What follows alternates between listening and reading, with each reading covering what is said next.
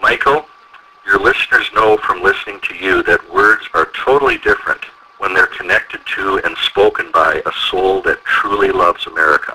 The authors of the Freedom Papers are the fearless voice of American heroes speaking to the radical left. Heroes like Dan Gilliard, who's running for Congress in the state of Kansas and lost his leg in combat in Iraq. He's currently walking 26 marathons in 26 days in order to raise money for veterans in need.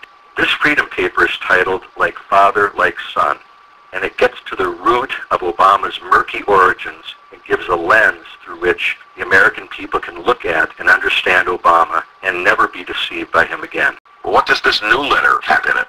The title is Like Father, Like Son, and it's addressed as a letter to President Obama and signed by candidates for congressional office.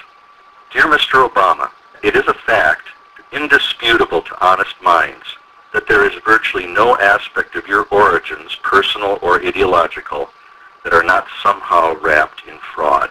The multiplicity of your actions, which seem to defy all reason and all comprehension, however, are easily deciphered and understood in light of your real ideological father, Saul Alinsky, author of Rules for Radicals. Alinsky is your true origin in ideology and political methodology. Alinsky is your father, and it is this father, Saul Alinsky, whose dream you seek to fulfill every day of your life. And how better can we understand and interpret Alinsky than by noting that Alinsky literally dedicated his own book to Lucifer, also known as Satan. Let us hear Alinsky's own words of dedication, and I quote, "To the first radical known to man who rebelled against the establishment, and did it so effectively that he at least won his own kingdom, Lucifer," end quote. Mr. Obama, if Lucifer was Alinsky's ideological father, then you are Lucifer's ideological grandson. Leave it to Lucifer to seek to fundamentally transform heaven, a place of absolute perfection. It is Alinsky preached to generations of admiring radical protégés, and I quote, "Be no such thing as a successful traitor, for if one succeeds, he becomes a founding father." This quotation of Alinsky's is not something taken out of context. It is the focal point of his work and the end point to which his reasoning process leads. Mr. Obama, you spent years teaching workshops on the Alinsky method. You raised money to fund the Alinsky Academy while working with the unrepentant Weather Underground terrorist Bill Ayers. Alinsky's own biological son has publicly reveled in your success, saying, and I quote, "Obama learned his lesson well. I am proud to see that my father's model for organizing is being applied successfully beyond local community organizing to affect the Democratic campaign in 2008. It is a fine tribute to Saul Alinsky as we approach his 100th birthday," end quote. Unbelievable.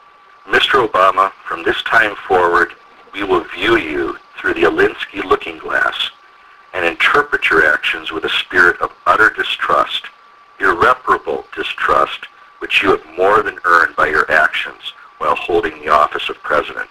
Alinsky is all about being the Trojan horse, and are you not, Mr. Obama, the greatest Trojan horse in all of American history? Alinsky himself believed that true revolutionaries do not flaunt their radicalism. They cut their hair, put on suits, and infiltrate the system from within. Alinsky also espoused another related axiom, and I quote, "Wherever possible, go outside the experience of the enemy," end quote. A perfect example of this principle in action is the new mission you have given the head of NASA. You want NASA to make outreach to Muslim countries NASA's #1 priority. This idea is so far out in left field that it defies comprehension.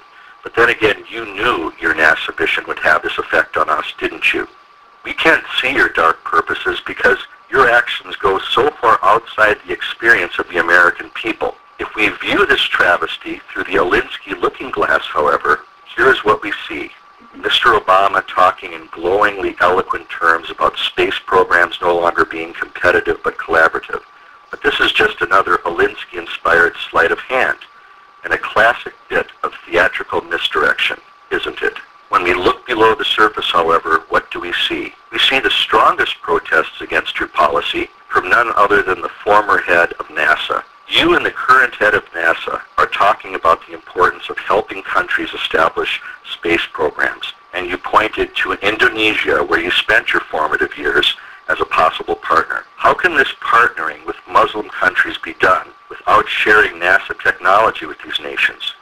It's insane. Mr. Obama, by these actions, you know all too well that you are putting technology into the hands of the very people who would use it in the creation of ballistic missiles that could reach any city in the United States. Can any reasonable person deny that there would be a direct pipeline for this technology from any moderate Muslim nation partnering with NASA to a terrorist entity or a nation like Iran? You can calmly deny your treasonous motives all you want. That's the deceit and guile of your Alinsky methodology. Denial after denial uttered in your calm, well-modulated voice. The only people in the room who are ever in the wrong are, of course, those who are expressing their anger, especially if it is anger directed toward you. Once this NASA technology is in the hands of terrorists, the situation is irreversible. And that is exactly what you want. Because you pursue a course of action that risks NASA technology finding its way into the hands of terrorists, you are therefore a confirmed traitor of the highest order, and we demand that our senators and congressmen immediately put a stop to this unfolding travesty and call for your immediate impeachment.